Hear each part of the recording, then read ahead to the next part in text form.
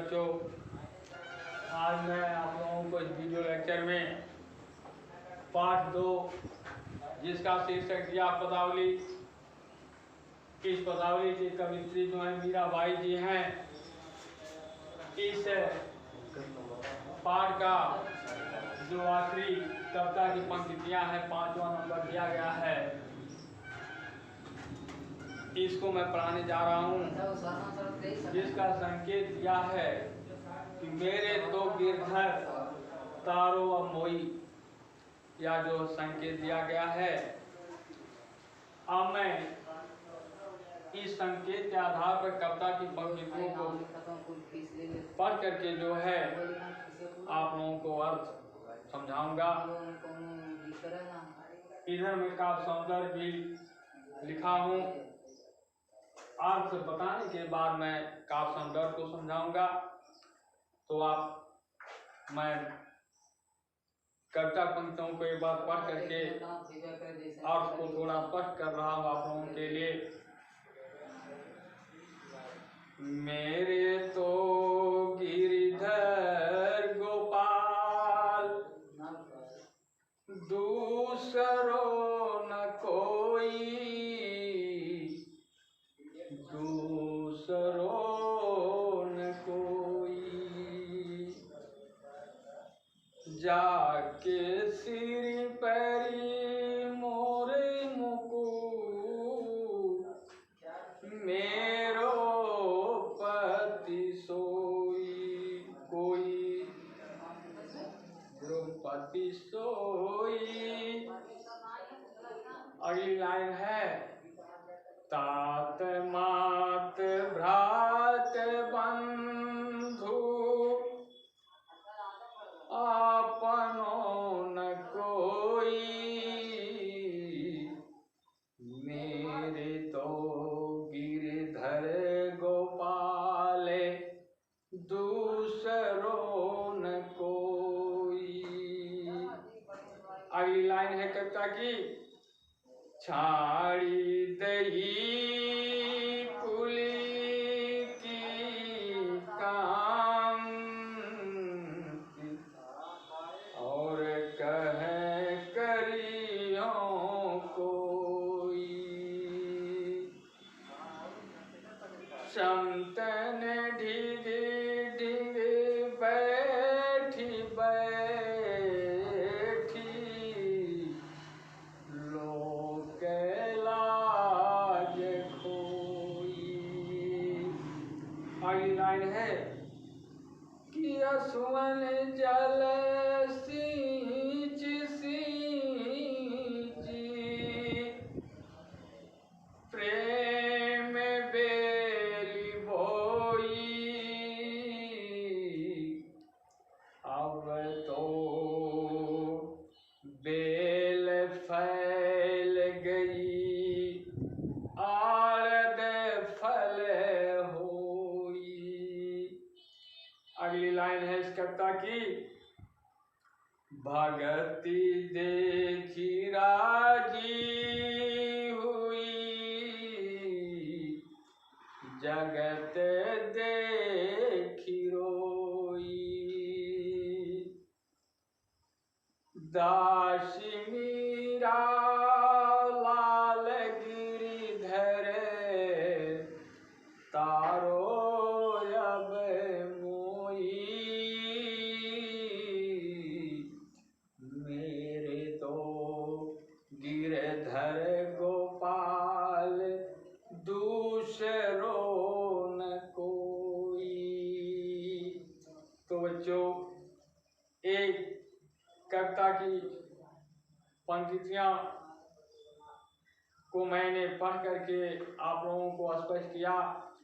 अब मैं फिर जा रहा हूँ इसके अर्थ को समझाने। मेरे तो गिरिधर गोपाल, दूसरो न कोई। इसका संदर्भ है, संदर्भ पूर्व की भांति ही लिखा जाएगा। प्रसंग मैं समझा दे रहा हूँ कि इसमें प्रस्तुत पद में मीराबाई जी भगवान श्री कृष्ण को अपना पति स्वीकार करती हैं, उनके अलावा दूसरा किसी को कुछ नहीं मानती हैं, इसी का वर्णन किया गया है। अब मैं कविता की पंक्तियों के भाव पर व्याख्या समझाने जा रहा हूँ कि मेरे तो गिरधरी गोपाल दूसरो न कोई, दूसरो न कोई। मीराबाई जी कहती हैं कि मेरे तो सब कुछ है भगवान श्री कृष्ण जी ही हैं, उनके अलावा और मेरा संसार में दूसरा कोई नहीं है। निचली लाइन है, जाके सिर पैरी मोर मुकुट मेरी उपति सोई। कहती हैं कि जिनके सिर पर मोर के पंखों से बना मुकुट सुशोभित हो रहा है, वही मेरे पति हैं, स्वामी हैं। अगली लाइन है कि तात मात ध्यात बंधु आपनो न कोई। माता पिता भाई बहन कोई अपना नहीं है। यहाँ दिया कि आपनो ना कोई, कोई अपना नहीं है। अरे छाड़ी दई कुली की कहानी कहा करी हो कोई।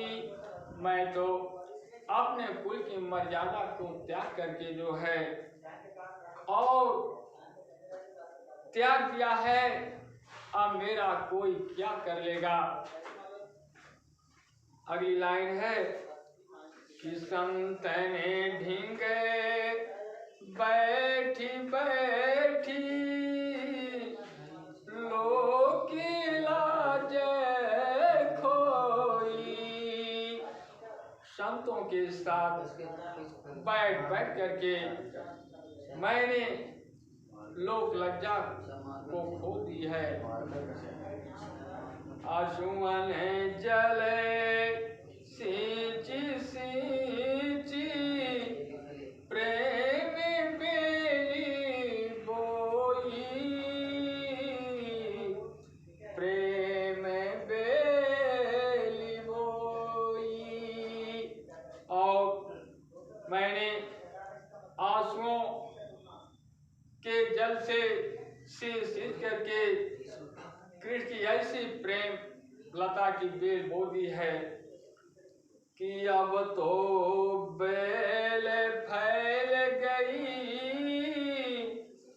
आरती फल होई। अब यह प्रेम लता की ऐसी बेल जो है वह बहुत फैल चुकी है, अब उसमें फल अवश्य लगेगा। अगली लाइन है कि भगति देखी राजी हुई और जगत देखी रोई। मीराबाई जी कहती हैं कि मुझे भगवान श्री कृष्ण के प्रेम में ही, भक्ति में ही आनंद मिलता है और सांसारिक विषयों को देख करके दुख ही दुख होता है। आखिरी लाइन है कि दासी मीरा लाल गिरिधर तारो जब मोई। मीराबाई जी कहती हैं कि हे गिरधर लाल, हे गिरधर लाल अर्थात श्री कृष्ण जी, अब मुझे या मेरा आप उद्धार कीजिए, अब मेरा आप उद्धार कीजिए जिससे मैं भव सागर से पार हो जाऊं।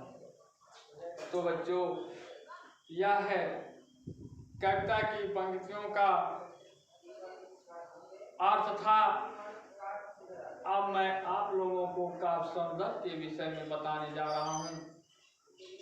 इसमें भाषा जो है ब्रज है, शैली भावात्मक शैली है, आत्मनिवेदात्मक भी है, रस भक्ति रस है, छंद ये पद है, अलंकार अनुप्रास रूपक दोनों है, गुण प्रसाद है। तो बच्चों यह है आप लोगों का पाठ 2 जिसका शीर्षक पदावली दिया गया है। यह पाठ जो है आपको पढ़ा करके जो है इसकी सारी कर्ता पंक्तियों का व्याख्या मैंने समझा दिया। अब अगले नेक्स्ट दिन जो है आप लोगों को आगे का चैप्टर पढ़ाया जाएगा। आप लोग अपना जो है बुक में रख करके जो है इस चैप्टर के पाठ को कर्ता को पढ़ करके जो है अपना अर्थ समझने की कोशिश कीजिए। Thank you.